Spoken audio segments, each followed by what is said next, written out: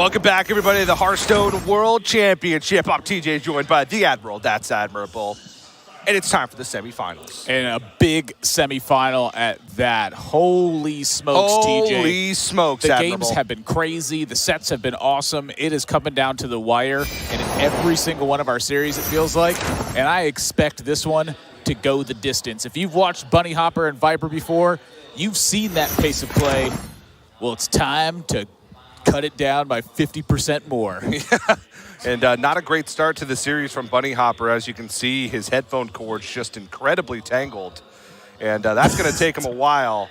But luckily enough, we have me and Admiral here to kind of break things down for you. And one thing I want to talk about is both these players came to this tournament as practice partners, which means their lineups are very similar. A few of their decks are only like one card different. One of them is exactly the same, which I believe is the Mage deck. And the one that differs the most is the Rogue, which has been banned away from both sides. Yeah, and taking a look at the lists and, kind of going in order, the Zoo Warlock deck, the one major difference that's in the lineup is Bunnyhopper cut a copy of Crystallizer. He added a copy of Leroy Jenkins, like the call. You look at the Mage decks side by side, which Bunnyhopper in the interview said he largely relied on Viper to get the build of it right. There's one less Messenger Raven for Bunnyhopper. In its place is a halftime Scavenger, a 4-mana 3/5 stealth that says Overkill, gain 3 armor. And then you look at that Hunter deck, and Bunnyhopper's got a single copy of Marked Shot and a single copy of Witchwood Grizzly, where Viper has 2 copies of Marked Shot. Outside of that, unless I've missed something, it is a gosh darn mirror match, TJ. One card difference in each of those lists. So excluding the bans, their entire lists are 3 cards total different. 6 if you count, that there's 2 differences if you just change one card out. Or the Rogue deck. Or the Rogue deck. We're not going to count the Rogue deck. We're not going to count the Rogue deck. It's been banned. And we're going to start things off with not a mirror match. It's Bunnyhopper on the Hunter and Viper on the Mage. Mage has just been such a strong performer, too. We saw it just barely fall in the last set versus Hunter. Ace Bloodyface put up a heck of a fight. But my goodness, Walking Fountain gets some work done when it comes to that clutch time. That card is so good, but I digress. Viper, I spoke with Viper and Bunnyhopper on day one when I first got here. And I was talking to them specifically about the Mage deck because when I was practicing with it before the players had submit, the players that I was working with, we could not find a viable version of this deck. It was just getting steamrolled by aggressive decks. And Rabble Bouncer, I think, is really one of the key cards that ended up changing this. Both of them have included in their builds, of course. I asked them about Conjurer's Calling, because this deck is particularly difficult to mulligan with, I believe.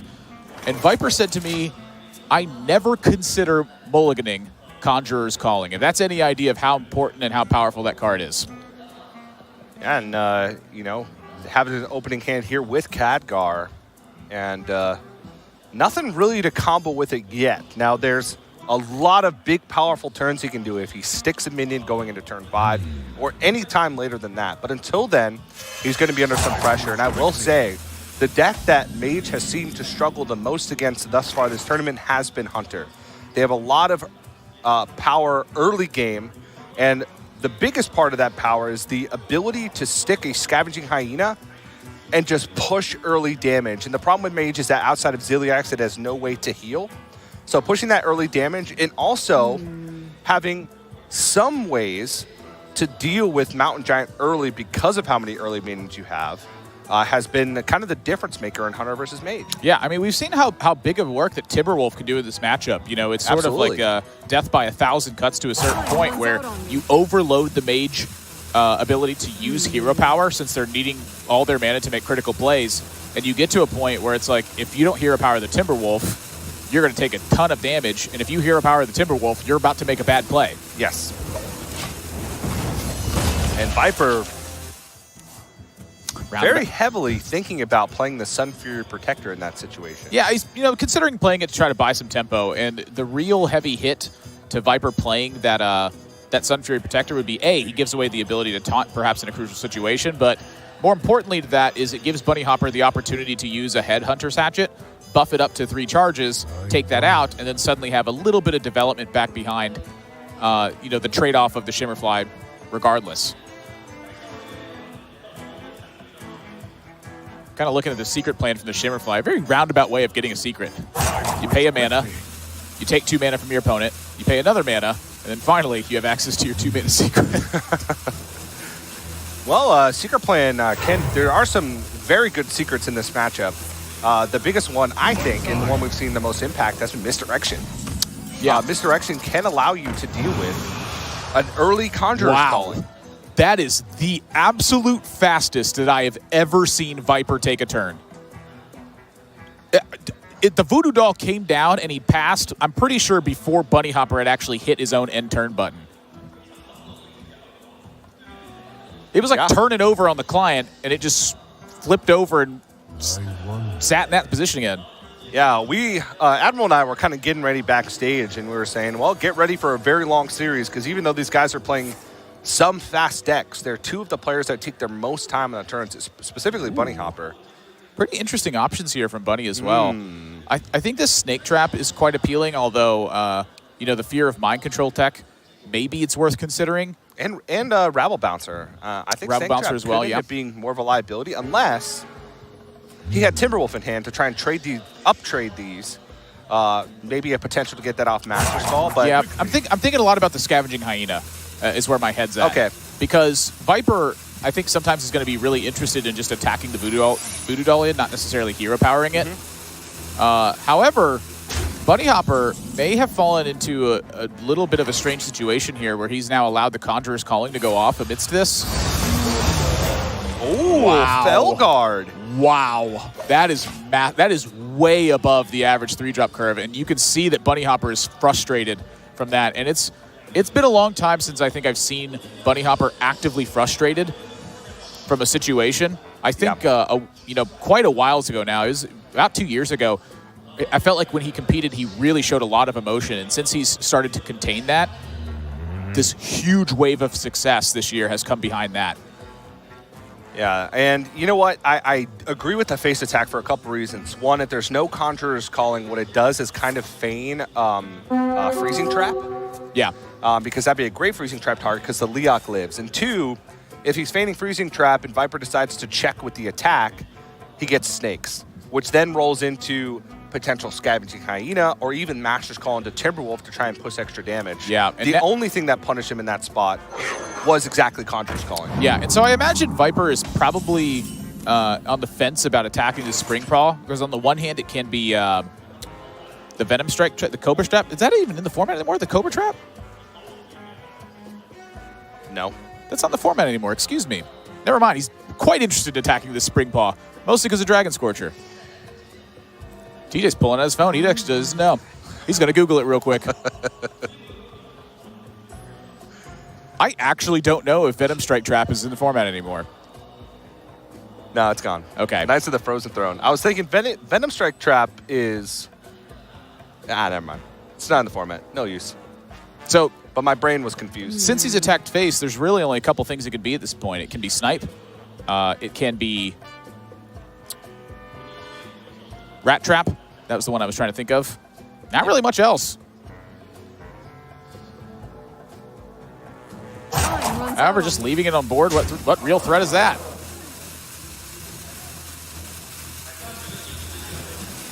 You can always ping it off. And I was thinking, obviously, Khadgar Conjurer's Calling was a play there, but... aggression. Raw aggression. Lifeweaver and Madame Lazul. It's just stuff on board is really the important thing here. Bunnyhopper is I'm probably going to get pressured out of this game from this spot. So I was saying Khadgar plus Conjurer's Calling would have been playable that turn. The problem is Viper would have gone incredibly wide on board. Unleash the Hounds. And Unleash the Hounds plus Scavenging Hyena is a very real possibility. There's a Voodoo Doll in hand for Viper, Yeah, though. that's what I was thinking. Voodoo Doll, though, makes that interesting. And Khadgar is going to sit in his hand for a long time. I think it's a lot about just perhaps a counterattack or losing too much of your board at that point. Yeah. But Khadgar, while it is a valuable resource and one that you would feel a little bit bad about throwing away into an Unleash the Hound Scavenging Hyena turn, you have the answer to the Hyena, as we talked about. And also, Khadgar is not providing much additional value to his hand in its current state. He has Astromancer, but in order to make that combo, you have to wait until turn 9. He's used the full Contra's Calling, both uses of the Twin Spell. I am... Yeah, it's a tough turn. I was kind of inclined to just do it. Play your stuff. Make the biggest board possible. Bunnyhopper does not look comfortable. Ooh. And rightfully so. Archmage Arugul into Book of Specters. So there's the first attack, and that is beautiful Oh for Viper. My goodness. Yeah. This is probably game over. It's not so much game over because, you know, Bunnyhopper's under threat of lethal or, you know, that Viper is, you know, just so crushingly far ahead in this game. It's just a tempo battle. Hunter is a deck that wants to really go even on that tempo and just keep it going piece for piece. When you go piece for piece with Hunter, that's, I think, one of the situations they really shine in. As soon as you get ahead and you're leveraging with just high health minions, that's, I feel like, where Hunter struggles so much.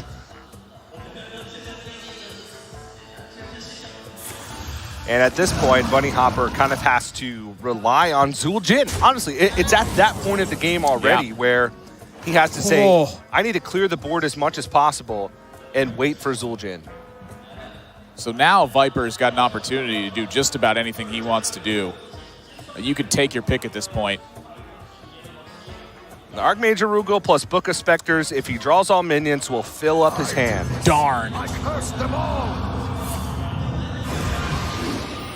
One. Wow. 2. And honestly, this 3. is fantastic for Viper because it's just a ton of utility cards. Utility is something you are often quite low on with this deck. You know, it's about power plays turn after turn. And just having access to this much. He even gets to find a little bit of hand space, not that it matters, and clear off this 5-3 without having to use this Dragon Maw Scorcher to keep it healthy. Yeah. And importantly, maybe not so importantly because the Archmage Arugul, but let it survive to the second use of the Unleash the Beast. Yeah, and I do want to point out the hold of Khadgar at this point. You know, Astromancer is a fantastic combination with Khadgar because it demands attention of the minions in play, but it also demands attention of the Khadgar threatening to return that. And so that little 2 mana or whatever it's going to occupy to make sure that you can take care of it, it gets in a little bit of chip damage, also occupies resources. You know, that kind of card provides a very powerful disruption effect, and that's a large factor of how this mage deck interacts, is it's the threat of the power that is largely the power it holds. Yeah.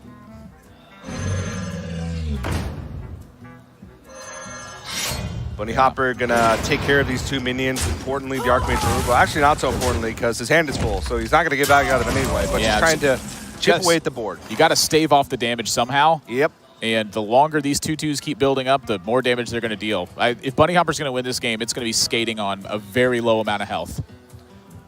Skating on a very low amount of health and also completely relying on drawing Zul'jin by turn 10. Now, one thing we have to note is that Bunnyhopper does have a copy of Vicious Scalehide in the deck, which means that if some kind of miracle happens and he staves off this pressure until turn 10 and he draws Zul'jin, he can play Vicious Scalehide, he can Dire Frenzy it, and hope he draws a bunch of copies to keep himself alive and eventually whittle down Viper's life total. That's the only win condition I see right now for Bunnyhopper. And I agree with you, and notably because there's 1 copy of Tundra Rhino in the deck and it's about to bite the dust. Yes. So the idea that you're going to blast your opponent out of nowhere, that's not going to happen. Nope.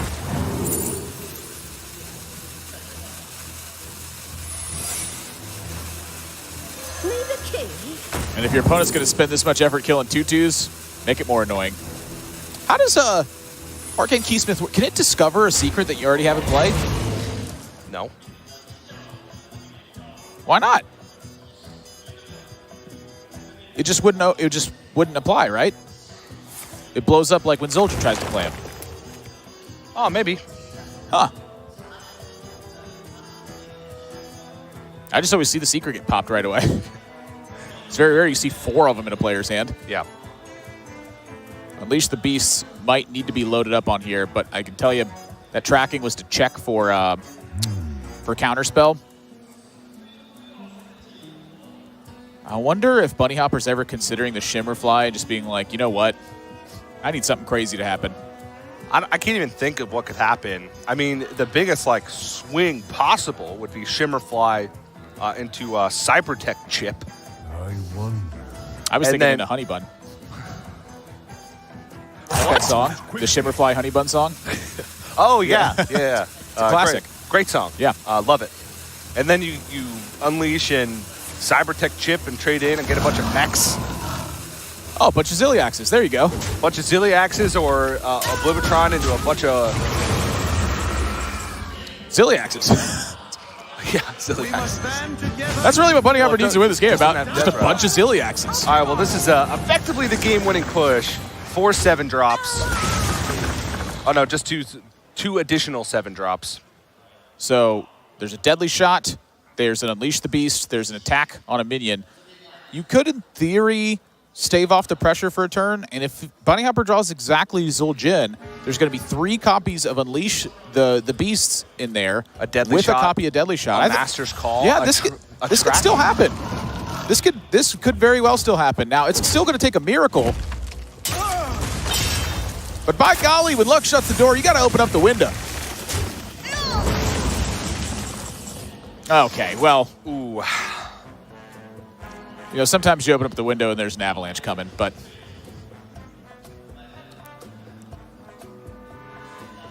And then the metaphor ends. Oh, boy. Oh, boy. Burn. Well, that's just lethal. Deal with the ping. Damage. Viper up 1-0. And honestly, that loss for Bunnyhopper was a long time coming. As soon as Viper took a hold of the board, there was nothing that was going to bring Bunnyhopper back except the perfect string of draws from that point on. And honestly, he picked apart the board just about as best as he could have. And I got to give a highlight there to Archmage Aragal and just how much comfort it provided to Viper to just play utility cards turn after turn after turn and whittle away at the life total. Yeah. It was just a manipulated game from Viper's side where Bunnyhopper's hand was having to be forced in a certain particular way because the threat of damage was just too high. Enough 2/2s to kill anybody. Yeah, we talked at length about the Archmage Aragal pick, and you know, he sacrificed some amount to get it done. Cut Power of Creations, which a lot of players did, except for Roger, who was going all in on board summoning. And I liked all the reasons he gave, and you could see there just how powerful it is when combined with Book of Specters. Just a lot of value. Just a lot of value. But Viper is up 1-0 in this semifinal over Bunnyhopper. The winner of this match is moving on to the grand finals. So much on the line. Who's going to take it? We'll find out right after this. Hello, everybody, and welcome back to the Hearthstone World Championship. It's semifinals time between Bunnyhopper and Viper. I'm TJ, joined by the Admiral. That's admirable. Yo! And man, this one, I was excited for this one as soon as I saw both these players qualify for the semifinals. And this is a semifinal rematch from the Summer Championship, the event that qualified both these players initially to the World Championship. And Bunnyhopper took that series 3-2 to move on to the finals of a tournament that he ended up winning. And it was very close. That series between Bunnyhopper and Viper, I'm pretty sure lasted 3 hours. I'm pretty sure the deck lists were identical as well. They were identical. Now they're almost identical. This is deja vu almost, but this stage is much bigger. Instead of trying to qualify for the finals of a seasonal championship, they're trying to qualify for the finals of the World Championship and the last HCT World Championship at that. So much more stakes. Indeed it is. We got a Hunter mirror match coming up. You know, I feel like amongst the talks here at the World Championship, you know, and I've been discussing with not only you and the other casters, but also the players around, the Hunter, I feel like, is the most split when it comes to the player opinions on whether or not it's good or bad. Some people think, wow, this deck is just, I don't understand it. How does it beat anything? And then some people are like, oh, the Hunter's pretty good. I expected more to show up. Bunnyhopper and Viper were two of the players who said they expected more of it to show up. Yeah, and even in their interviews that we've seen in little media pieces over the course of the weekend, they were like, well, we expected everybody to bring Warrior, we expected everybody to bring Rogue, and we expected everybody to bring Hunter. And yeah, that was wrong. The Warrior Rogue part was correct. The Hunter part, not so correct. But who am I to say that? Because they're in the semifinals. Yeah. Hunter will be in the finals. Who are you to say that? I'm TJ. I'm joined by the Admiral. That's Admiral. Yo. Leading things off with Spring Paw. Something that's really unique to me about Hunter right now is that it took such a tremendous hit in the expansion of the rotation. I mean, we went from having Dire Moles and a Crackling Razor Maws to having like a bunch of 1/1s. And Flanking Strike. You mean the unfair Hunter card? I hated that card. I like that card, but I hated it at the same time. You're not every deck I built. You're not even mentioning Deathstalker Rexar. Well, I mean, every class took a hit like that, I mean, like Mage lost Jaina. Warrior lost Garrosh. Dr. Boom. I mean, Scourgelord Garrosh. No development for Viper. He's fearing Scavenging Hyena in this spot, and then a trade-in and having no actual way to handle it on board. Yeah. So this starts to tell Bunnyhopper some stuff about the situation on Viper's side. If he's unwilling to let Scavenging Hyena be a threat, what cards does that mean he's missing? And by that same logic, what cards does that mean he has? Yeah, and this matchup's kind of weird. I like to think about this matchup like both players are on a seesaw. They're just trying to fight for board back and forth. One player goes up, the other player goes down. That player goes up, the other player goes down, until one player descends so quickly on the seesaw that he launches the player into space. And that's the big Scavenging Hyena turn. It's all about the swing turn. It's all about launching your opponent from the seesaw into space. Bunnyhopper smells a little bit of blood here. And for Viper, the turn I imagine that Viper's looking for is Unleash Scavenging Hyena.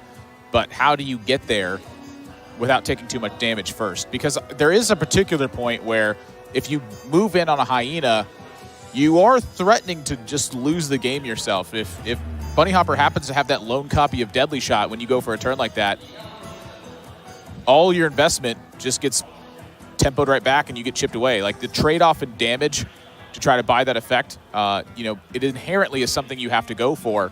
And that's the reason they've both included a copy of Deadly Shot in the list. Situations like that. Yeah, I think the main reason for the inclusion and where I've seen Deadly Shot is for Mage. Yeah, it's situations where your opponent has a giant thing and you can't handle it. Exactly, and Mage is the one that capitalizes on having a giant thing that does big damage. But it does happen in a lot of scenarios nowadays, it feels like, where one big minion that sticks onto a board can end games because of the lack of good removal at the beginning of a rotation. Just don't know what's needed yet. Yeah. You don't know necessarily. You don't have a predictable path of your opponents. No, and honestly, how are people supposed to predict coming into the World Championship what everybody else was going to bring? Yeah, they can hear rumblings. Yes, they can rely on their own testing, but they had 8 days from the set rotation and the new set release to submit for the World Championship. They submitted well over a week ago, last Wednesday. So that was 10 days ago they've submitted. More than 10 days ago, almost 12 days. And so the meta has even evolved since then. And how do you know what tech inclusions to choose? How do you know what removal to choose? Well, I know the removal Viper needs to choose right now, and it's Kill Command. This is getting scary. Viper has developed 0 onto board in fear of Scavenging Hyena, but I kind of look at this hand and wonder, did he have a way to handle it anyway? So Unleash the Hound's Timberwolf is a way to start fighting back. But all it does is reset. Yeah, I mean, it gives Bunnyhopper a full turn of uses development. Coin as well. I mean, Coin is, I think, very valuable when you're talking about Unleash the Beast and it being such a powerful card in this matchup. Yeah.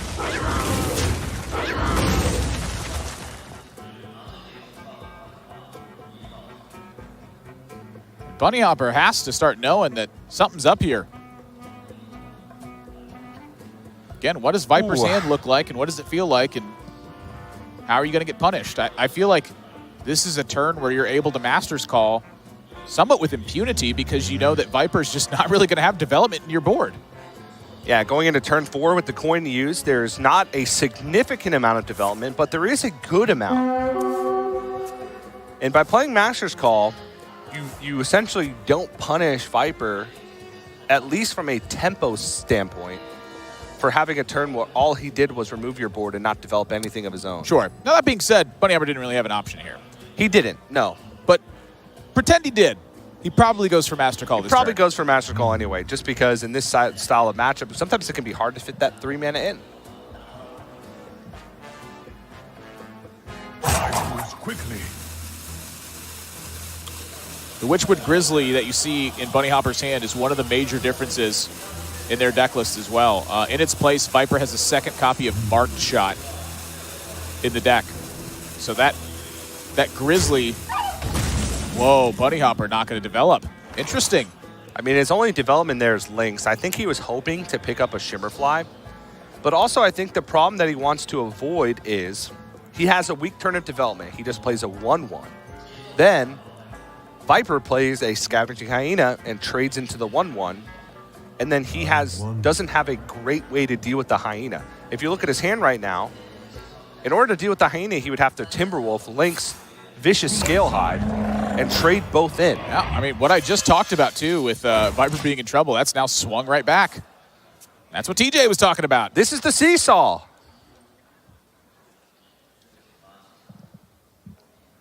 I've seen this matchup a lot, and I've played it a lot, and that's what it always feels like. You feel behind, you make a big turn, then you feel ahead. And that flips back and forth until one player just gets that one board that lets them be ahead for the rest of the game. And sometimes both players get Zul'jin, and that's the equivalent of the seesaw just exploding. But what are you going to do? Is the first Zul'jin or the second Zul'jin more favored? The second.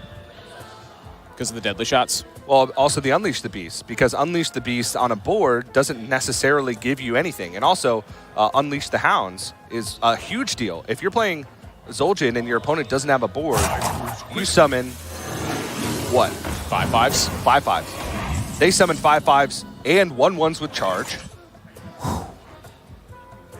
Now, there's cases where it can go either way, right? Like if your opponent has a big board that's going to kill you and use Zul'jin, then sometimes you can counter kill with Unleash the Hounds and Leok. But most of the time, the second is the best, given an even board state and high life totals for both players. Viper's in a bit of a pickle here. That tech inclusion coming in hot. Like we said, the one difference in the lists. Bunnyhopper and Viper have been practice partners for a very long time. All right, first Hyena committed.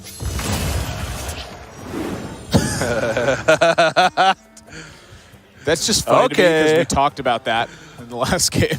Cybertech chip, I think is great. Great? I think it's great. Great. Great. Not like sometimes in matchups where your resources are getting ground into dust, it can be useful. Go on ladder right now and play some weird mech hunter where you just put in a bunch of random mechs and play Cybertech chip. Okay, well, let me help you out as well. Don't do that. Mark my words, in, I don't know, 1 month, Mech Hunter is going to be tier 1 and Cybertech chip is going to be core.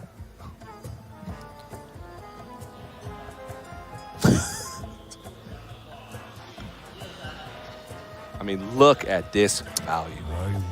I mean, now it feels like Bunnyhopper's in a bit of a pickle.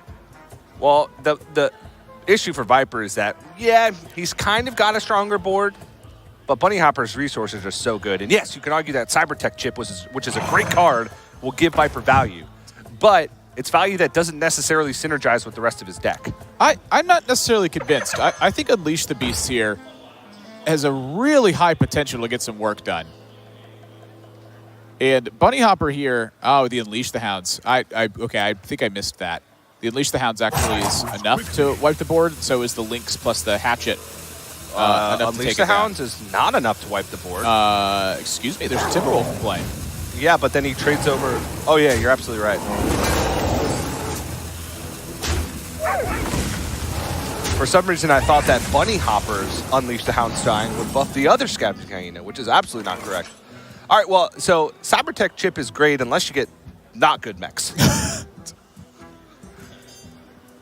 Yep, the return hyena is enough to deliver the punish, and I think that might be the seesaw moment. Yep.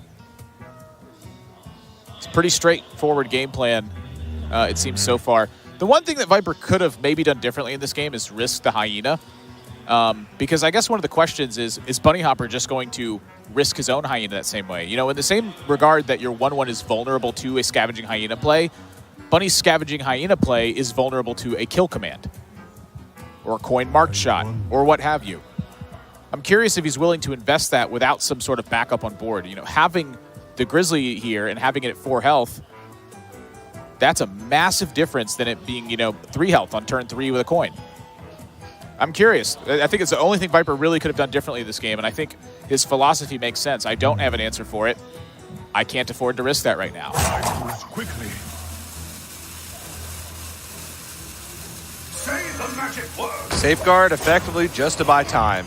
But unfortunately, that's all it's buying. Yeah, no immediate impact on the board, which means Bunnyhopper, even though he might not push much damage this turn. Well, now that's... I mean, I'm looking at Timberwolf, Tundra Rhino, and a Lynx here. Timberwolf, Tundra Rhino, and Lynx means that... Trade over the first half of Safeguard, you get to punch over the 0-5 and crash in for heaps. Yeah. That is a lot of damage. And with a second Master's Call in hand, the amount of work that Viper has to do to even up that board is really tough to me. But Bunnyhopper looks like he's just going to be taking it slow. He's figuring, why not? I mean, I'm already winning. How much more do I have to do to really win? What would punish him for going with the play that you mentioned? Unleash plus something? It's always Unleash plus something. This is probably just good enough. Yeah, this still allows him to... Oh, the Safeguard. So the investment of 11 damage I don't think is the important part. I think the important part is just the awkward board state. The Hyenas are going to get ticked up 1 more when the Grizzly dies. So he missed a bunch of points of damage there to protect his Witchwood Grizzly. Yeah, and honestly, make him stronger against Unleash the Hounds. Yeah. Because he would have had 2 extra minions on board, none of which would have been taunts. This is really smart too, because Viper, even with like perfect outcomes here, is going to have a pretty tough time. Yeah, he needed what? Leok? Leok would have made 4 3-attack Hounds. I mean, it still wouldn't really get the job done because one of the Hyenas is living no matter what in that situation. 7 and 5. What are you going to do? Well, you kill the bigger one, and then you hope. Yeah, hit the one in the middle. Say, I hope you don't have any minions. Yeah. By the way, half your health is gone.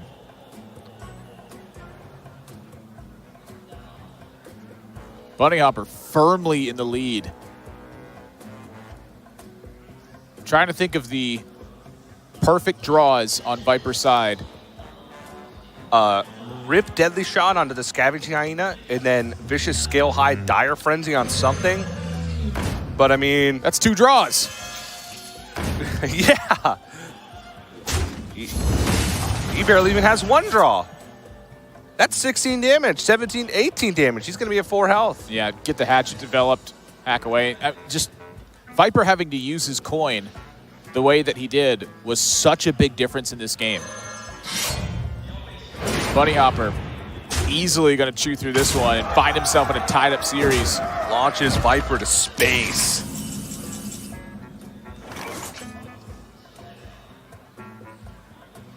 Viper going to sit here and think if anything from Tracky could save him, but being at 4 health with the hatchet equipped, nothing to do, and we're all tied up.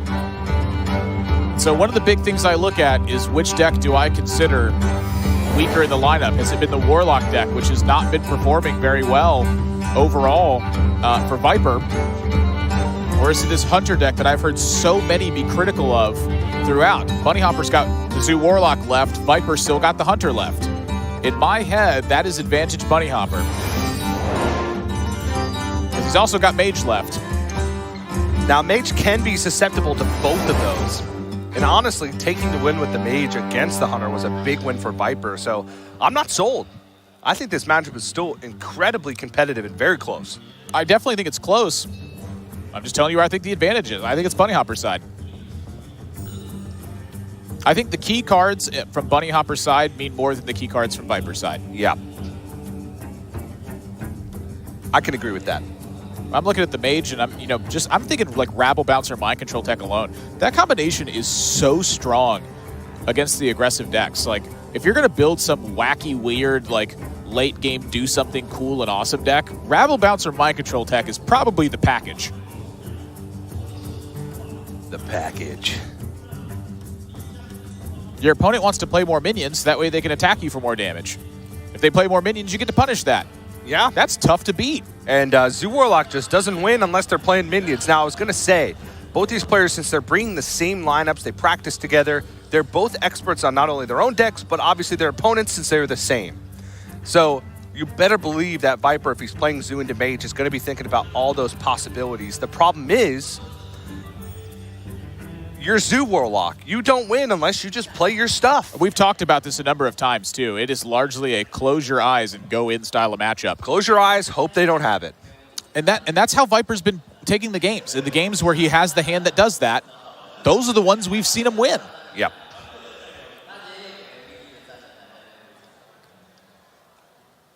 And Bunnyhopper, he came out of his group 3-0. Viper had a little bit more struggles in his group, came out 3-1.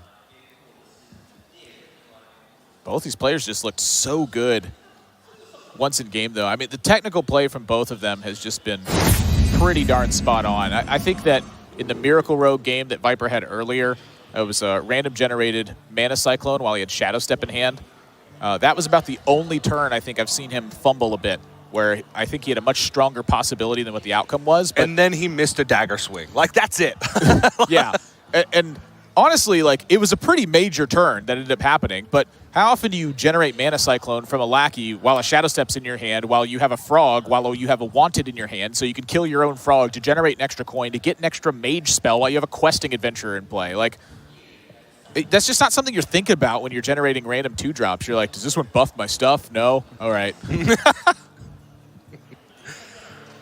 Very hard to nitpick these players, and honestly, just their results this year have been exceptional. Both players have been to multiple championships, the same championships, in fact. Bunnyhopper has been in 2 seasonal championship finals, one of which he won. TJ, buckle in. These hands are some hot, hot heat. And they're both quite different, to be honest. Bunnyhopper has the I'm going to scare a bag. Oh, boy. Wow. Oh, boy. Well, I think this is a traditional aspect since both hands are so good. I am going to say that this favors Viper because he has the attacker's initiative in this spot. This helps manipulate how Bunnyhopper is going to be able to make plays, which minions he's going to be able to play, and Viper gets to dictate the trades and land a magic carpet. Yeah. Almost out of time. The fundamentals of Zoo are still the same that they've been for 4 years. Now, Magic Carpet, I think, is the one card that's really breaking that rule, though. It is, but at the same time, like, attacker's advantage has been the winning play in Zoo since the beginning. It's all about reducing the power on your board and making value trades until you're able to reach a critical mass and kill your opponent. That's been Zoo since forever. Wow, this is an interesting spot here for Viper. When Bunnyhopper coins out his Scarab, you're not really as worried about the aggressive pressure that he can apply. And so now the really big consideration is, how on earth do you get onto the board in a manner which means that your Magic Carpet is most effective? And I'm kind of curious about if he's considering trading into the egg, or if he's, as crazy as this is going to sound, perhaps considering a life tap. Because right now, in my head, I don't necessarily want to use this Abusive Sergeant. I think it's a very valuable tool for trading. That's why he hung on to it in the early game. Viper just says, if I deny board presence from my opponent, what that means is my Magic Carpet sticks more often. Oh, no. And I agree with that to, a pretty large effect as well. But at the same time, if Viper chooses to, say life tap in that spot, as crazy as it's going to sound, if Bunnyhopper goes into the board, you still have Abusive Sergeant to make headway. Or if their board presence isn't enough, you get to play Magic Carpet. And then the Magic Carpet leads into the Abusive, it leads into the Argent Squire. That was a really weird turn that Viper had. But let's say he Evil Geniuses and you have a 1-1, he has a 2-2 and 3-3-3s. That's the situation he's thinking about. Yeah, but then you develop 3/1/1s, and then Bunnyhopper gets to dictate the trades and can set up a board position, especially with a Grim Rally potential or even just Lackey potential, that kills your Magic Carpet. You never get to play it. Exactly. That's why Viper chooses to go with this style of play, is he wants to fend off the best turns from Bunnyhopper. Yeah. And if you think about Coin Scarabag, well, what is that going to mean? It's going to mean stuff like Abusive Sergeant. It's going to mean stuff like maybe a minion in Grim Rally, although I doubt it. It could very well mean that Grim Rally's in hand, but not that he's using on turn 2. But Evil Genius is really the one that it often means. For Bunnyhopper, though, the second Scarabag here, that's the reason he coined it out. His variation was second Scarabag into Knife Juggler Grim Rally. The problem with this line of play is Magic Carpet is just never getting killed. Bunnyhopper doesn't really have an option, I don't think. Well, he had the option of playing, like, say, Flame Imp and keeping the coin and trying to... No, I disagree with that. Oh, you meant on turn 1? On turn 1. I think he had to go for this variation or he was not going to have an opportunity in this game. Your opponent plays turn 1 Mecharoo. You're looking at Direwolf Alpha, Abusive Sergeant, or basically any addition of 1/1s to the board makes your Flame Imp almost useless in that scenario. You know, that's really the benefit of going first, is you're going first, and it means that your opponent's Flame Imps are a lot worse. This play's not shabby, though. Double 1. That's not good. That's pretty good. That's also pretty good.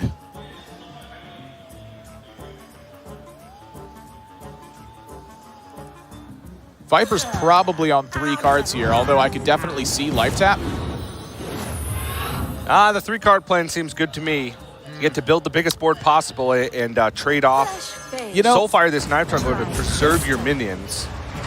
Something to really consider about this is that neither the player has Sea Giant in the list. And so what that means is you don't need Soulfire to, like, hit a Sea Giant ever. Yeah. You can use it straight up for tempo on priority targets, as Viper did here. And so now he gets to pick up so many good trades. And the Magic Carpet is very healthy at this point. I think Bunnyhopper's in real trouble here. Magic Carpet's the one thing that really breaks all these rules about how board situations work out. You know, Bunnyhopper's play, I think, in an old style of Zoo matchup is great. I think when your opponent has Magic Carpet, though, you're going, geez. Yeah, now the second Scarabag, while it will be able to break itself open, Knife Juggler's gone, so there's no possibility for that board swing. It presents a target that Viper doesn't want to trade into, so Abusive Sergeant gets higher value. And Viper's in a really weird pickle here, where he chooses to use the Flame Imp to trade over, and the reason why is because he wants as many minion attacks on board as possible.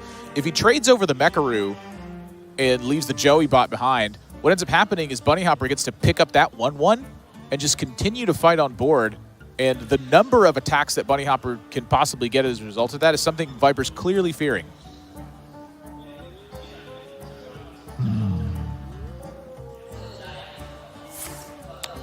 Life Tap. Yeah. Okay. Wow. Oh, we're all right. So now something's cooking.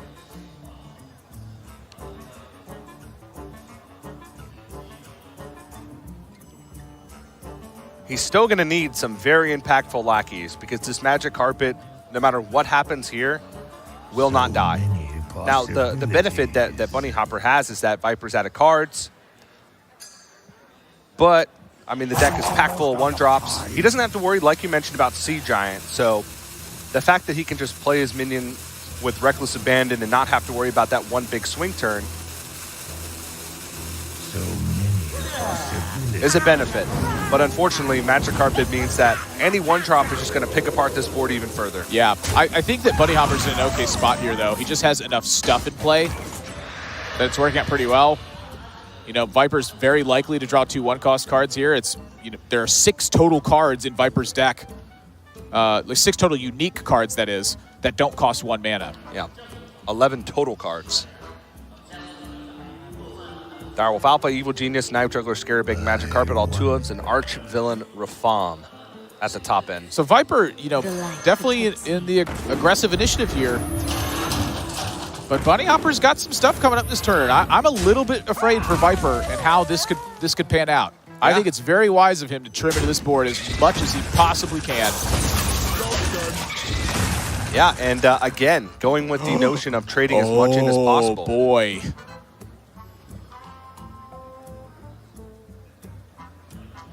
So Bunnyhopper may have to risk. Oh, gosh, I don't know. I was going to say that Bunnyhopper maybe risks. Is Magic Carpet to play there? I don't think it is. I really do not. I was going to say maybe has to risk a Grim Rally this turn. Gets a Hedge Clan Hogsteed, though. So now the Magic Carpet can be taken out from Bunnyhopper's side. Well, it could have been taken out regardless, but now it gets taken out more cleanly. Right. It gets taken out cleanly. And he can kill over another minion to reduce the amount of attacks on board. This is a Also major gets the buff turn. on the 2-3. And look at Bunnyhopper's position, just his posture changing this. And honestly, Archvillain Rafam here, who cares about making your deck legendaries? If you put a 7-8 taunt in the way, in a I'm playing 2 cards every turn because all I'm doing is life tapping value battle, a 7-8 taunt can win the game in the long run. Another Magic Carpet picked up. No 1-drop to go with it. The Knife Juggler, I believe, vastly superior to the Magic Carpet here. And Viper, he's going to need to hope this goes right, I think.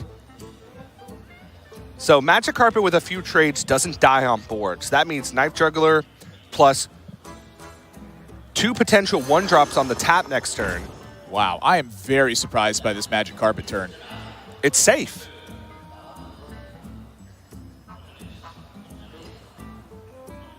Knife Juggler potentially clears off 1 extra minion. Magic Carpet. I think that's a really big deal right now. I guess Viper does have a pretty substantial read that Bunnyhopper does not currently have Soulfire. So you risk it to Soulfire, oh my, but that risks the Magic Carpet or the Archvillain Rafam then. Both of which seem good right now. I don't think he's going to risk this. I really don't. Viper didn't play a 1-drop with this.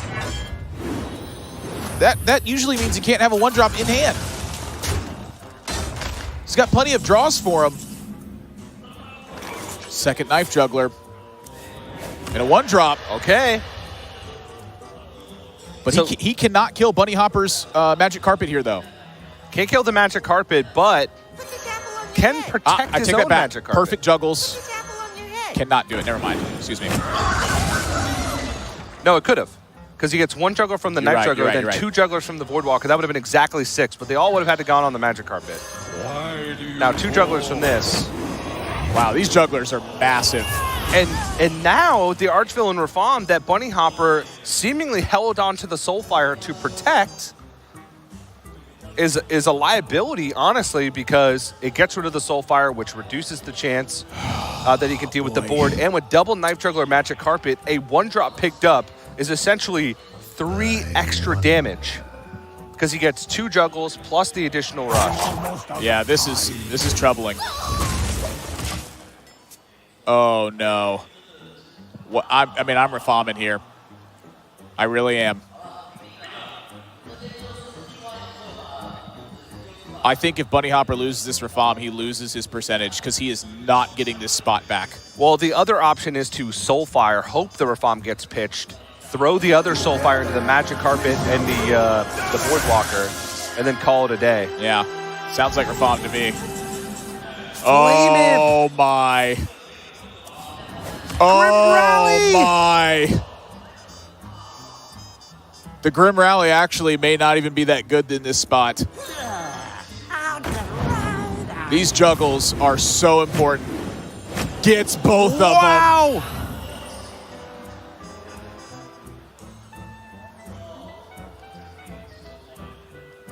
Archvillain Rafam has not delivered the legendaries necessary for any player Well, hang on. to find victories in this game. Hang on. Because we still got draws coming, TJ. We got draws coming, but Azalina Soul Thief and Cragwall the Frog, they have no immediate impact on the board, especially if Viper empties his hand here. A 7-mana 3/3 is not getting you back in the game. A 6-mana 4/6 is not getting you back in the game. I said it earlier. When luck shuts the door, you got to open up the window.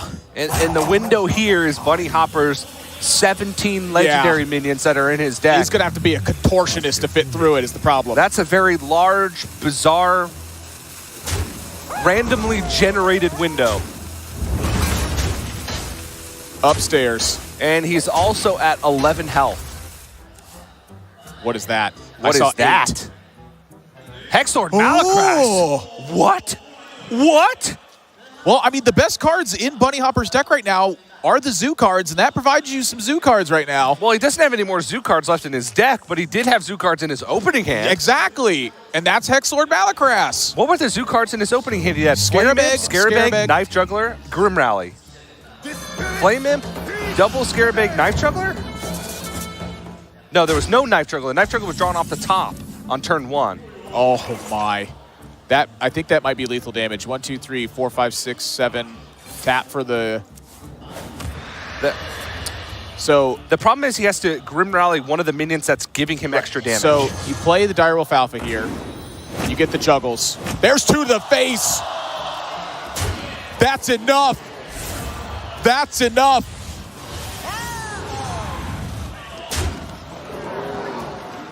More than enough. 2-1 lead over Bunnyhopper. That was just fire back and forth.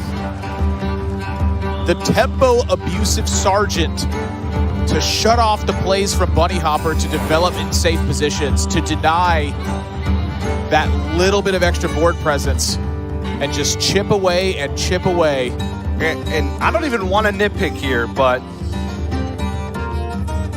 betting the farm on Rafam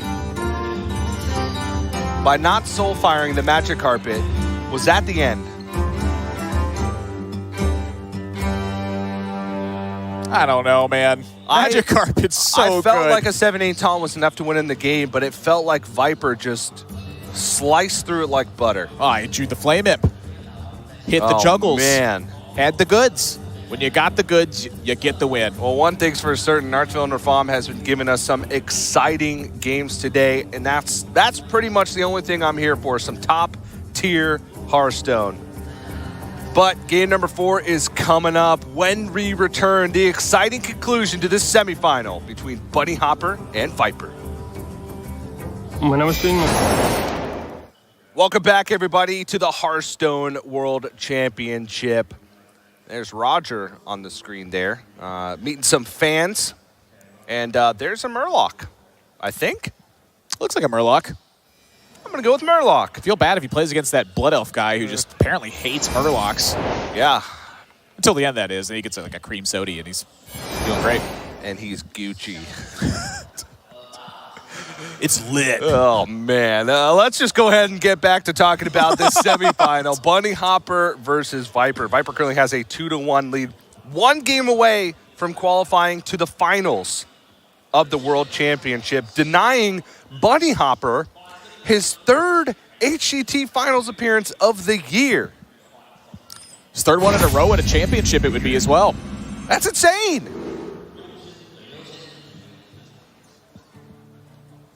Bunny at championships. Don't mess with him. I mean, also Viper at championships. Don't mess with him. Don't talk to... Maybe not as high of a win rate, don't but still. talk to Viper or his Bunnyhopper ever again. Vice versa, perhaps. It's game number 4. And this is it. Bunnyhopper has to win 2 straight.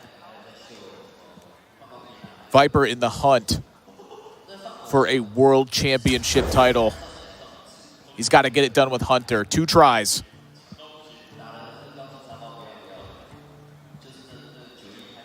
This matchup we've seen quite a few times over the course of the 4 days of play at the World Championship. And it seems like it hinges on like one key draw, and that draw feels like it's Unleash the Hounds. Now, we've seen players win with Hunter without it, but it's much more difficult.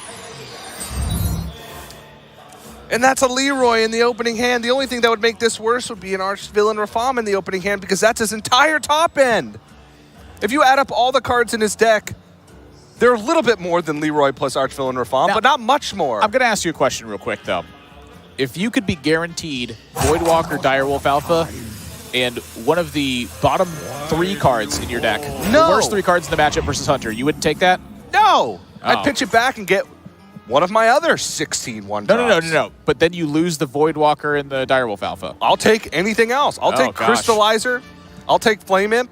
I'll take Evil Genius. I'll take Scarebag. I'll take Night Juggler. I'll take anything. Yeah, but you could get like Grim Rally's Solarium. I could. Yeah, I don't want to risk that. I want my Direwolf Alpha.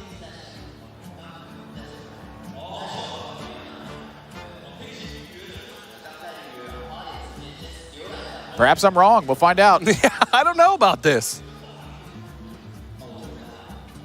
And the problem with Zoo that we've seen so often in this tournament is that once they fall behind on board, they don't come back.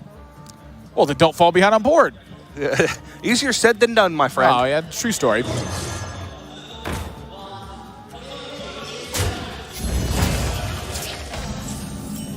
Curious. How so? I kind of like the Abusive Sergeants. Okay. You would leave the Shimmerfly up. Something in my head with the Leroy, I think, is tricking me. Where I'm like, if I have all this damage, I mean, I just have one place left to go. I think that's what's happening in my head, honestly, because there are some punishes available on Viper's side. You know, one of the big ones is Headhunter's Hatchet. That's going to kill a lot more minions that way. But sort of my thinking on it is if I'm going to let them Headhunter's Hatchet, what I'm going to do is make enough minions that I deal enough damage that the Headhunter's Hatchet perhaps becomes a liability. I don't really know. I feel like your brain is a computer program when it comes to Zoo, and removing Doomguard from the standard set. I got to make that damage up somewhere. Remove the piece of code from your brain and made you infinitely loop on face damage. I feel like that's how it is. Leroy's the new Doomguard.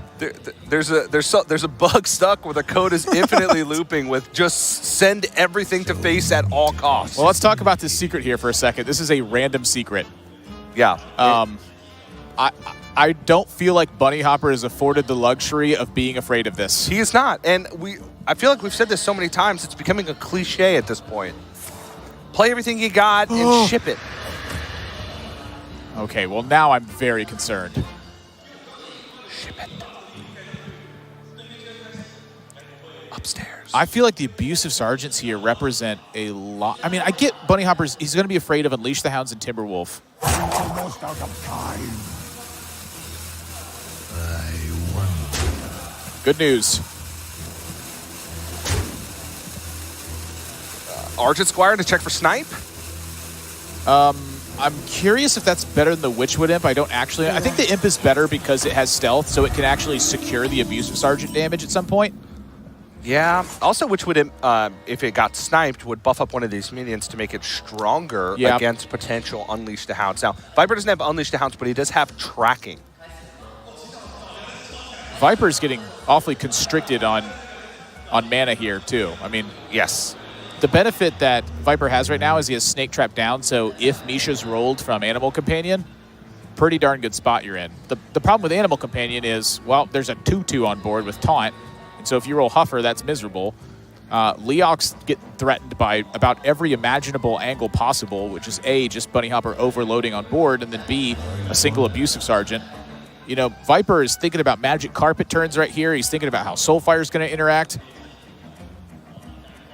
Yeah, Leoc does give you a lot of outs from tracking or Master's Call with either Spring Paw or Unleash the Hounds, because Bunnyhopper is not going to trade in that Leoc. Coin is a big, big resource. I don't mind Coin Mark Shot here. Okay. And the reason why is you're taking 4 attack off board, and you're adding something to hand that perhaps could be enough to get done. And Revenge of the Wild, ooh, that is an interesting choice. The Master's Call is much more reasonable, but if you think about the position that Viper might fall into here, I'm thinking something desperate like an Unleash the Hounds Revenge of the Wild turn. It might be enough to actually get you out of a situation where you're just stuck. Yeah. You know, sometimes you have to think about crazy combos like that and throw caution to the wind. And all right. Bunnyhopper, I tell you what, if he would have jammed all this stuff down, he would be dealing heaps of damage. Yes, but I agree with the keeps of the Abusive Sergeants, because yes, face damage is obviously going to be relevant, but I think these Abusive Sergeants are going to be necessary to push through more than just 4 face damage as the game progresses. Well, right now, it would have been more than 4 face damage. They would have also chipped away for the 6 additional face damage, you're right. Yes, and then they would have this turn as well, and then they would have the next turn as well. Those 2 abusive sergeants would have dealt like 10 damage. Well, no, because then he wouldn't have played other stuff. Well, he's life tapped twice. Yeah, but he would have 2 less cards in hand, and maybe that makes him so he doesn't get there. I don't know. It's possible. Again, there's also still the play around things. Like if Bunnyhopper's not vulnerable to Unleash the Hounds, why make yourself vulnerable to Unleash the Hounds is the thought. Yeah.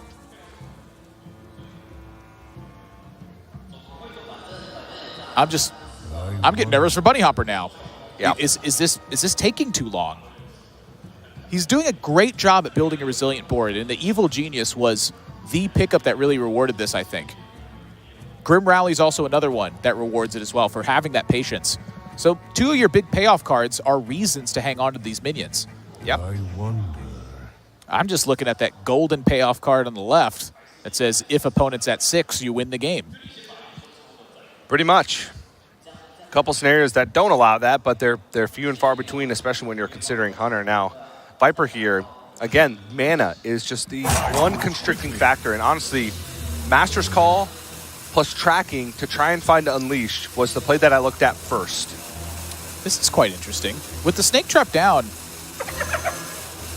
the Vicious Scalehide actually is a bit of a threat here. This is smart. I mean, that's just gonna like return extra. That's a Grim Rally. That's a Grim Rally. Oh boy, Viper's in trouble. Now, the one thing here is that Viper, by playing Vicious Scalehide and Scavenging Hyena, does one of 2 things. One, he makes it really enticing for Bunnyhopper to kill this Vicious Scalehide.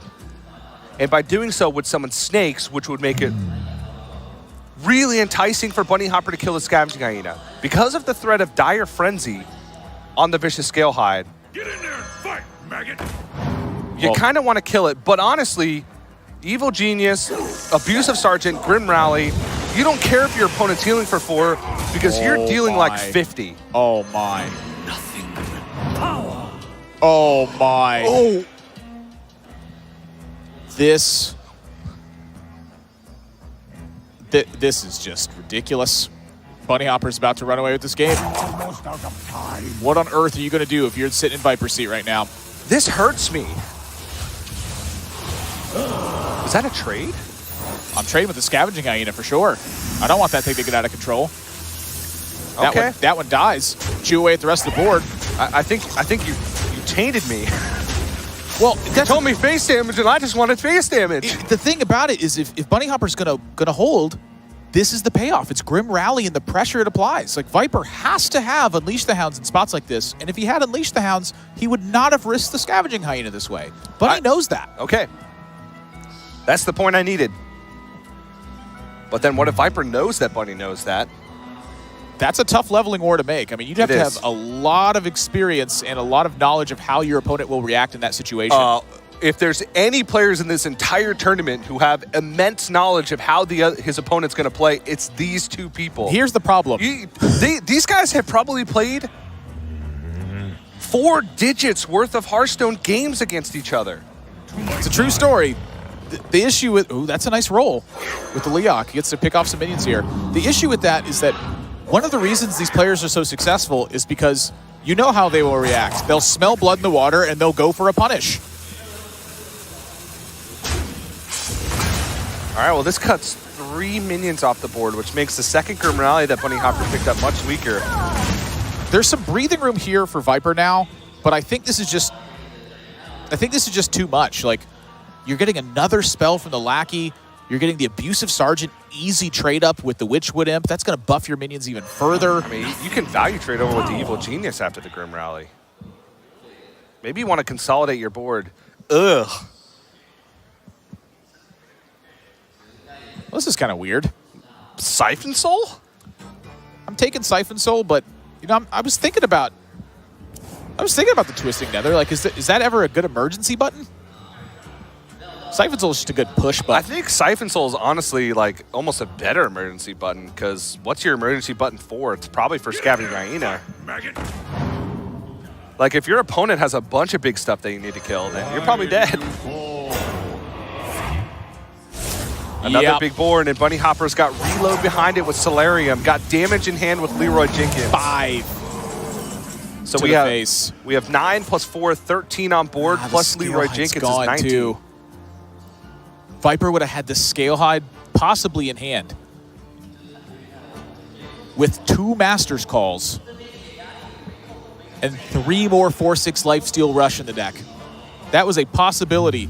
I liked the Scale Hide when he played it because I think he needed every edge he could take. I mean, honestly, outside of Bunnyhopper having Grim Rally, that board presents a very awkward situation. The Vicious Scale Hide Scavenging. I loved that play. My brain went to something completely different that would have lost the game on the spot. His play went for something that forced Bunnyhopper to have to trade into both for threat of either of them growing and allowing Viper to stabilize. So it bought him way more time. Obviously, you'd love to just be able to play it on 6, Dire Frenzy it, heal a little bit. You got an attitude about this idea. Colada, That's why they put it in the deck. Yes, but against Zoo, that it doesn't happen that often. Happens about when you draw Scale Hide and the Dire Frenzy. All right, so the out for Viper here is to just nail Unleash the Hounds off the top or from the Shimmerfly. Jaws for lethal here, and you better believe Bunnyhopper's casting Solarium this turn. A single Soulfire ends this game. Yep. Doesn't have Abusive Sergeant. Wouldn't be able to play a Direwolf Alpha. There is a natural Grim Rally left in the deck, I believe, since one of them was from the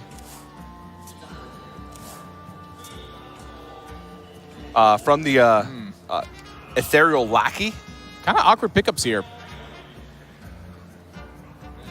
Well, he can. I mean, he's way ahead. He's no threat of this game getting out of control for Bunnyhopper. Yeah. There really is not. You can Magic Carpet, you can Evil Genius, you can consolidate the board.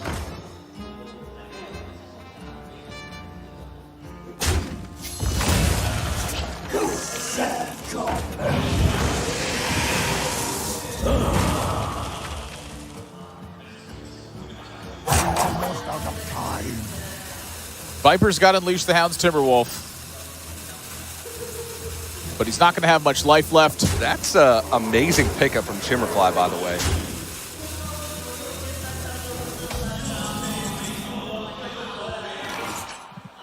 Oh, hang on. That's a board clear. Unleash the Hounds Timberwolf. Deadly Shot. And Deadly Shot. So the question is, do you need to clear out the carpet or do you need to make a Scavenging Hyena? No, it's not a board clear because the Witchwood Imp would buff the Magic Carpet. Yeah, you Deadly Shot it afterwards. Oh, you Deadly Shot it afterwards. Yeah, you're absolutely right. So my question is, does he instead need to go for the Scavenging Hyena turn? He could add a Lynx to that and trade it in. And honestly, if Viper's going to win this game, he's got Kill Command in hand. He's got Dire Frenzy in hand. Or I don't think he's going to win unless he counterattacks here. How do you make that happen? With the Scavenging Hyena? I think you have to counterattack. I think you have to move it on the Scavenging Hyena. And just leave up the carpet? And that's exactly where Bunny takes the Siphon Soul for. He's not going to do it, though. He's going to go for a clear.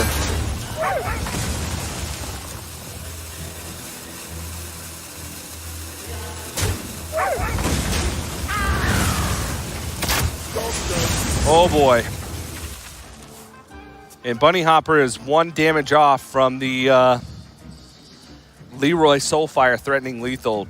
The benefit that he has is Viper no longer has Vicious Scale Hide, so the only card that gains him health is Zul'jin. And it's just 5. And he's still 3 turns off from Zul'jin. This is turn 8. It feels like this game's been going on for a while. Oh, jeez. Well, that's a backup plan. Nothing but power. Okay. Whoa. Well, I have a feeling we're going in.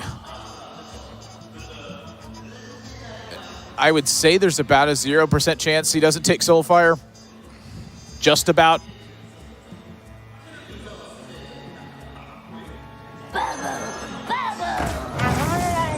I swear I thought that was Bluegill Warrior when I heard that that Murloc scream. Bunnyhopper threatening lethal here. Needs 1 damage to stick. Oh. There's Zul'jin, but I don't know if he's going to have time for that. He's got a way to take He's got 2 attacks with the Spring Paw. He's got 1 more kill with the Kill Command. He's got an attack with the with the Timberwolf here. He can isolate. He can isolate the Scarab Egg. It's a big expenditure, but at this point, Viper's chance of winning is coming down to get to turn 10. Your opponent just discovered, and they've held on to 2 discovered spells. You are very worried about damage output. That card in Bunnyhopper's hand on the far left, it's been there the entire game. You have got to take drastic action to keep from dying.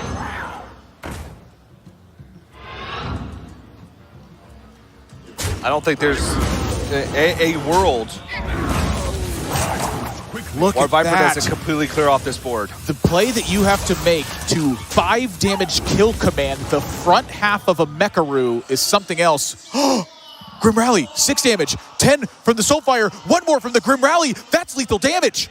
Leroy gets played, it attacks for 6. Or this way, make an attack for 7. Even bigger noise. Bunnyhopper takes game 4 and is going to send this to a 5th and final game. And how fitting for that to happen. These guys have played against each other in tournaments twice this year. The first time was at DreamHack Tours, where they went to Game 5. The second time, the Summer Championship, where both these players qualified for World Championship. They went to Game 5. The third time this year that these guys have played each other, guess what? They're going to Game 5. For a spot in the finals of the World Championship. And I'll tell you what, Viper, the head in the hands look that I saw after that one, and just look at him there. The head leaned back. He's looking up to the heavens and going, what on earth am I going to do? Oh, boy. Well, you can't get any closer than this. Practice partners, the same lineup coming down to game number 5. Fighting for a spot in the finals to win that very trophy and become the 2019 World Champion. But we're going to keep you hanging a little bit more. Before we get into game number 5, we're going to go to a very quick break. But don't go anywhere. More World Championship action right after this. Welcome back, everybody, to the Hearthstone World Championship. You're getting a glimpse of the World Champion trophy for 2019. It's beautiful. You're getting a glimpse at these 2 players who might be hoisting that trophy. And they're beautiful. Yep.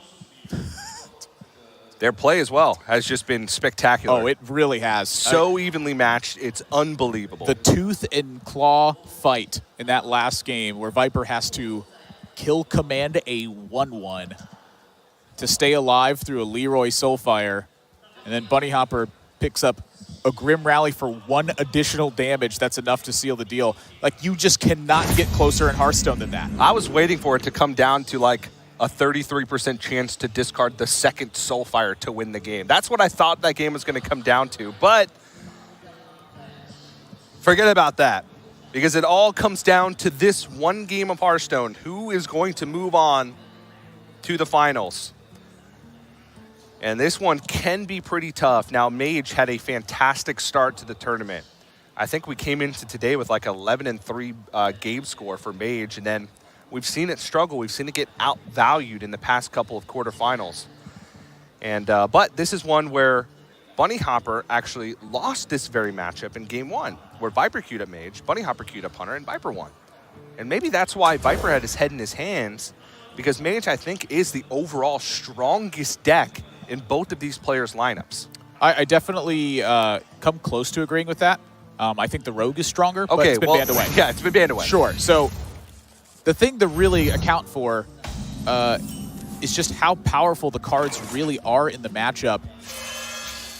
And honestly, I have to say I'm a bit surprised by Bunnyhopper's mulligan in this spot. You know, I don't know how to mulligan with this deck because it is very complicated. Like, I probably played 30 or 40 games with this deck. in the time I had before I had to cast this thing, and every single game I'm like, I want all of these cards, but I don't.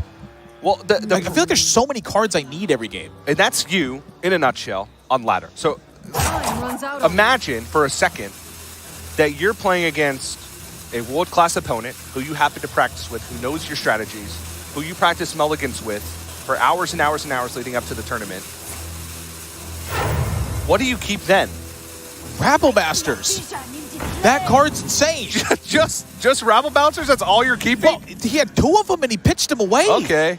I'm very surprised by that. I mean, I operate under a very simple method. I keep Conjurer's Calling, Book of Specters, and Mountain Giant. Everything else is being pitched. Look, that makes total sense to me. When you tell me that, I'm like, that sounds great. I dumb it down. I hard mulligan for the nuts every game. Now, obviously, it's a little more complicated here because if you don't get it and your hand's much weaker because of it, you could lose a Game 5 of a World Championship semifinals. Me, it's just a couple legend points. The things that I'm looking at are the forgiving pickups that Bunnyhopper gets when he mulligans those away, because he did keep the Fire Tree Witch Doctor. So the forgiving cards are going to be the Dragon pickups, Mind Control Tactic and Service, Arcane Keysmith, which they talked at length about being such an important card in many matchups. And then there's the big payoff, big bad Mamma Jamma card. It's Book of Specters. Yes. That is the bread and butter of the deck. And this feels like an autoplay. The reason being why he's not going to think about it too long, there would be the nod to, if I play Book of Specters and I don't have an answer to Scavenging Hyena, I might be in trouble. But he has the Voodoo Doll to answer anything. Exactly. So it can feel free to have a dead turn knowing. That was another thing I talked with Viper and Bunnyhopper about too, was how important Voodoo Doll was in a number of matchups. They said, honestly, it's kind of bad removal, but sometimes your decks need removal in general. And Mage is certainly one of the decks that needs it. This isn't a deck that has the liberty of playing with Frostbolt and Fireball because you have Book of Specters. So what's the natural fit? It's Voodoo Doll. Voodoo Doll is just a totally fine play in many situations. This is probably one of them.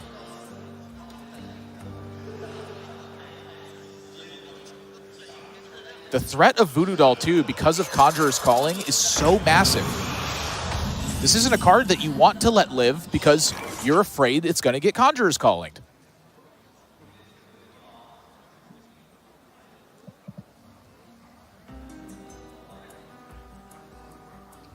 On the flip side, if there's a hand that I think can beat up on Mage, even with a decent draw, it's this one. He has a Timberwolf on board that's honestly quite safe. He has Scavenging Hyena plus double Springpaw. If he lands the Scavenging Hyena this turn, Bunnyhopper plays a Mountain Giant, which means Timberwolf lives, which means quad Springpaw kills the Mountain Giant and pushes, what, 11? Quickly. It's a lot. It would be 13 because the Misha's going to die. It would be 14 because the Timberwolf attacks.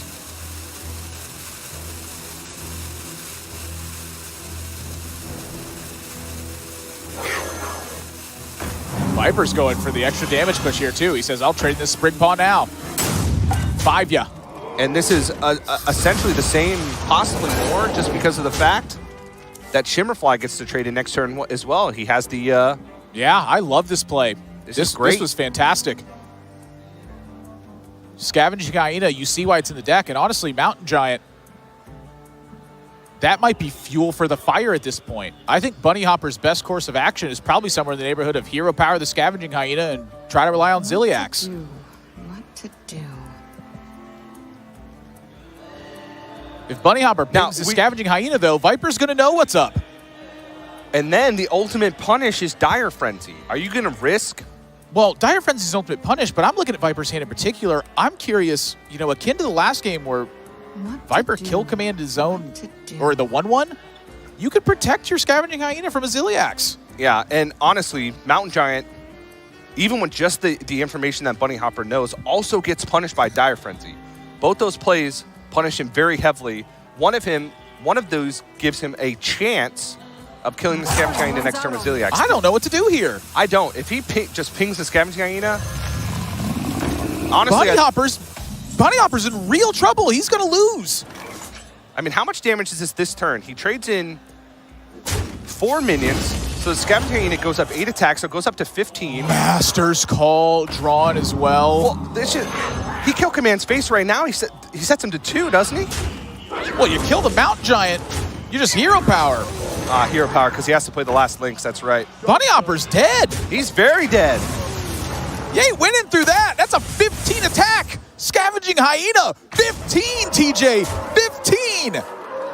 Even if he draws Voodoo Doll here and kills the Scavenging Hyena, kill command plus hero power kills in the next turn. That's it.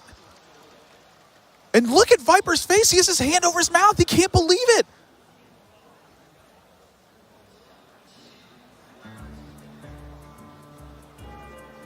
There is no way out. The only way out is for Bunnyhopper to play Zeliax or Rabble Bouncer and just hope that Viper has nothing. He's going to hope he's got nothing. But you can tell Bunnyhopper knows he's got something. And Viper's got Kill Command, Viper's got Deadly Shot, Viper's got Game 5, and a spot in the finals at the World Championship.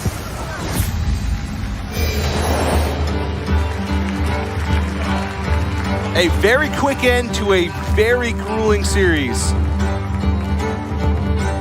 And obviously, I don't think, whatever the outcome was, that these players wouldn't be happy for each other. Practicing for so long, they've been rooting for each other the entire tournament. They said on day 1 that they honestly hoped that they met each other at some point in the tournament because that means they both would have made it far. And they did. And they did. And you think about that Scavenging Hyena, as you can take a look and see the road that Viper has here, where he'll await the winner of Jing versus Hunter Ace. You think about all the tedious plays that were made to respect for Scavenging Hyena and the inability to deal with it. And that Game 5 was the prime example of why you fear Scavenging Hyena and not being able to deal with it. As soon as it gets out of control, that's it. The game's over. Yeah. So everything you saw in that game where they're playing around little cards and trying not to let little things happen, that's why. Just insane. And I mean, we could, like I said, we could go back and look at every single turn of that game. It went all the way to game number 5. There were so many micro decisions that could have mattered. But that's what Hearthstone's all about. It's all about those micro decisions. Right now, with a brand new meta, 8 days to prepare, pretty much unrefined list, any which way you slice it. You look at this list, and then you look at lists that you see on the ladder. There's probably going to be a ton of differences because it's been a week and a half since these guys have submitted. I love it. I love it too. I love every single second of it. And we're getting a little recap. Viper defeats Bunnyhopper 3-2 to move on to the finals of the World Championship. He's going to wait to see the winner of Jing versus Hunter Ace, which is going to be coming up in just a few minutes. But before we jump into that exciting semifinal, we're going to go to a quick break, but don't go anywhere. More World Championship right after this.